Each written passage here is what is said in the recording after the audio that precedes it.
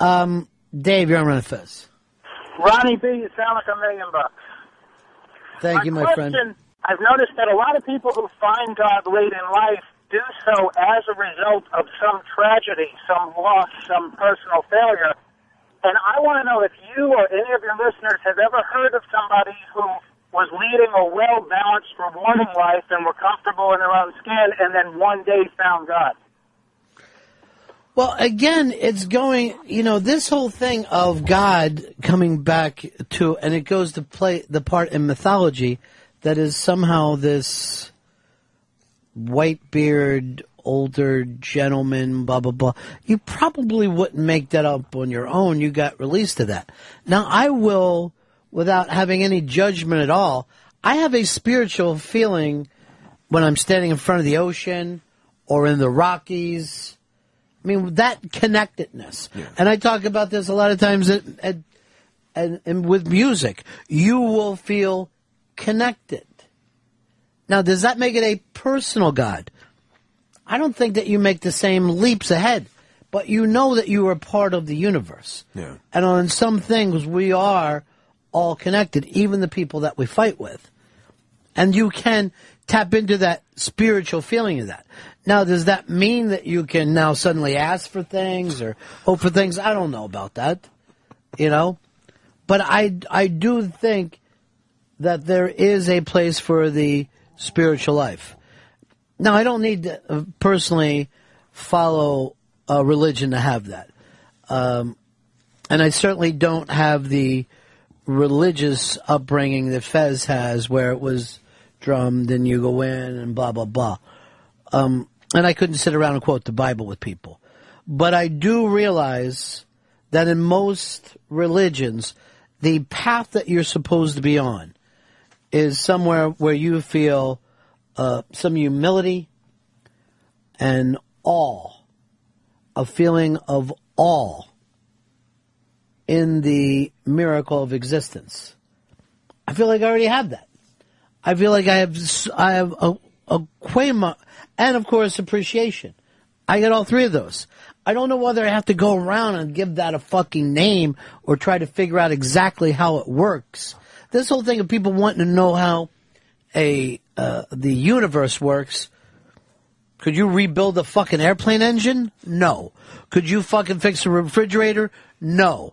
And yet you want to come up and figure out who was the architect behind bees? You're fucking stepping a little high, my friend. We have never invented anything. Man has never invented anything that could be compared to a fucking bee in terms of being able to do exactly what it was designed to do. So this whole thing of I'm going to try to guess what my path is, or something hurts my feelings, so there must be a greater reason behind this. There's the lack of fucking humility for you, And there is a less of a sense of appreciation and all in the miracle of any existence. So no, I don't need to walk down to a church to hear that guy start to try to tell me that the fucking universe is an amazing goddamn place. When I go walking down the street and it's hard to not start running over the fucking excitement level of being alive. But now I've got other people who are like dragging ass around and they all want to drag themselves in and hear a droning, ridiculous speech about how we should be fucking happy that we are in some kind of existence. I fucking get that. I get it. Try to go for that fucking feeling once in your life. Just the appreciation alone of being here.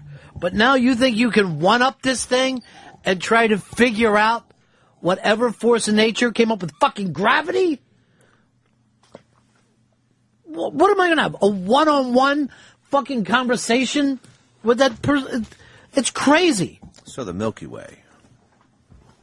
That's floating around everyone? I can't play a piano, and yet I want to figure out how the fucking universe exists and why and what makes everything happen. The insane level that we have. And it does come from a fucking lack of appreciation. Period. The fact that, oh, I want more.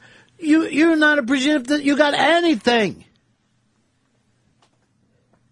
You won't see people walk around the planet that appreciate the fact that their asshole works properly.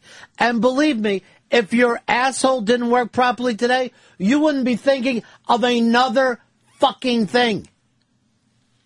Get a fucking toothache and tell me other thoughts that you have beyond that fucking toothache. Nothing exists beyond that pain.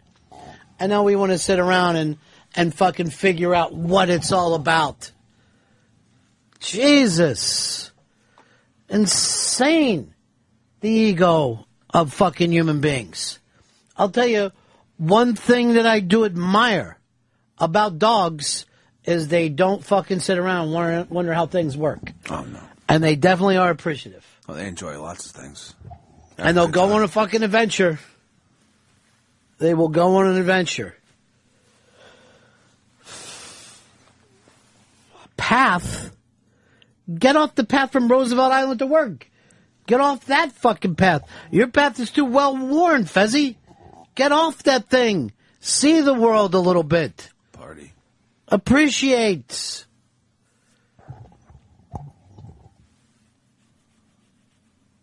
We're crazy. Human beings are out of their fucking mind. I don't think I have ever seen anything as stupid as us. And yes, Roland, don't think you're getting away with this. Fezzy is going to get you. And it ain't going to happen tomorrow. It ain't going to happen next week. But it's coming and coming hard. And I'm just warning you because he told me that. And I'm a person, I had the greatest guest lined up for the special delivery Why show. won't they go live? Because Sam and Dave are lazy. About that.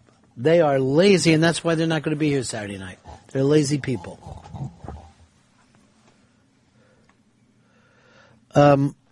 Roy, you're on Run Fez.